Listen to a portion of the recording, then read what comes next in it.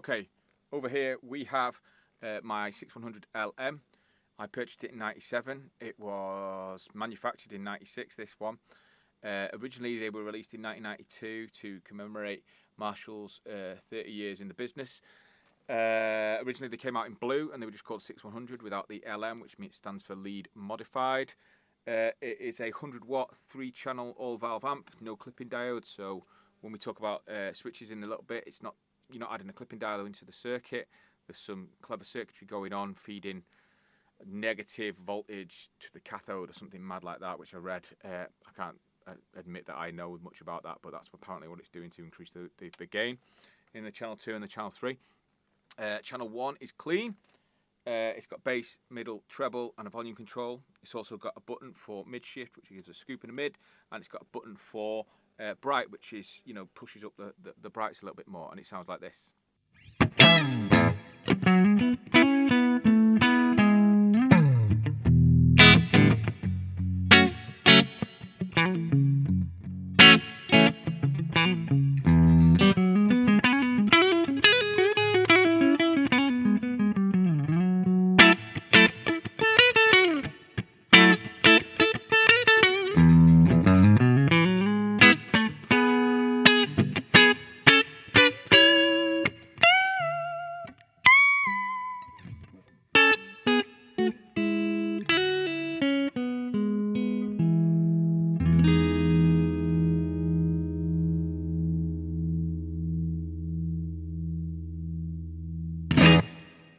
Okay, channel 2 is the crunch channel. It's got 3 modes.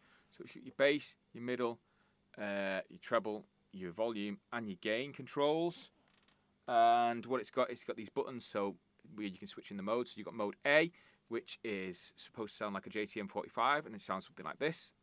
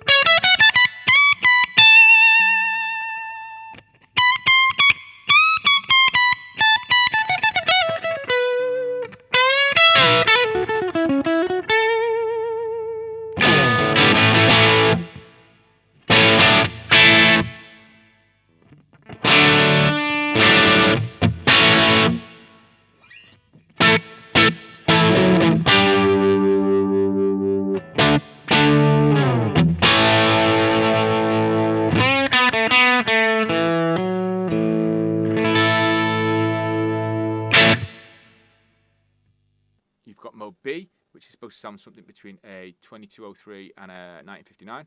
Sounds like this.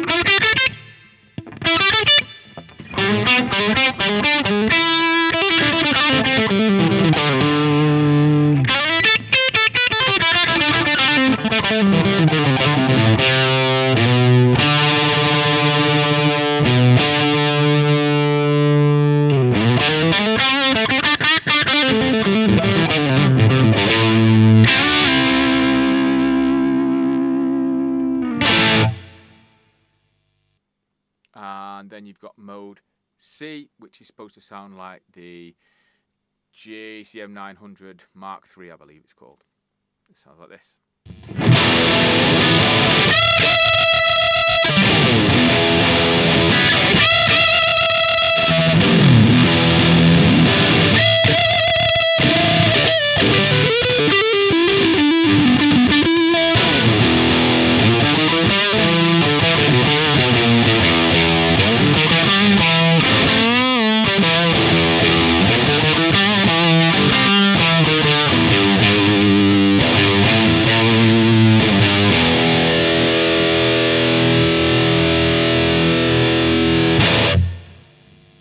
Okay, third channel, you've got bass, middle, volume, treble, gain, a button for more gain, and then a button for contour. So more gain obviously has more gain to it, and contour gives a mid scoop again, and it's very similar to the, if you ever had a 2203 or a not 2203, Valve State 8100 or 8080.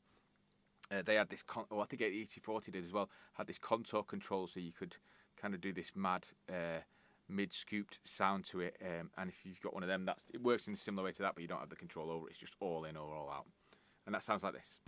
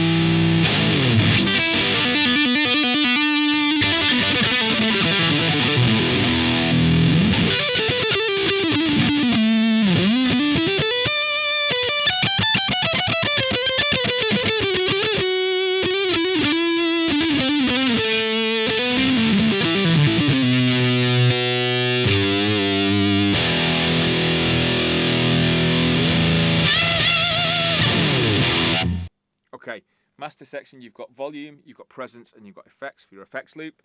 There's no reverb on it. Then you've got the switching section, so you can store patches via Midi, so you can switch your amp up, like as in if you were running a big show and everything was linked to a sequencer, you could run all your switching between the sequencer and it would do it automatically for you from the computer using Midi. You've also got all of the channels of Midi as well, and this is the problem with these amps. So you've got this Midi chipset, which over time fails.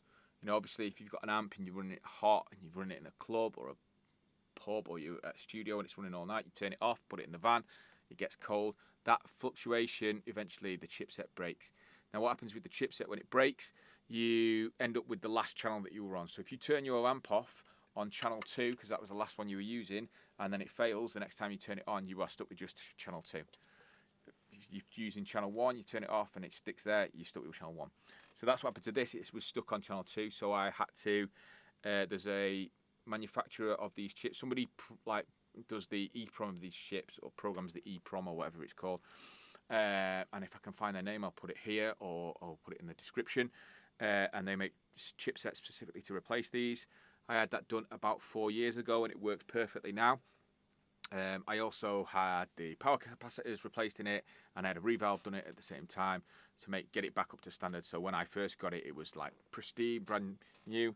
Now it doesn't even say Marshall, and it says Mars Null on the front. On the back, you've got lots of different options. So you've got your inputs for your foot switches. You've got what else have we got? We've got all the power switching, so you can switch the power from 100 to 50, and then you can do triode pentode, so you can go from pentode to triode, and that should take it down to 25 watts. You've got your effects loop, so you've got that. You can have it in series or you can have it in parallel. You've got some trimmer, little trimmer sort of pots for that, which you can do with a screwdriver, so you can set it up so it's balanced on your channels 1 and channels 2.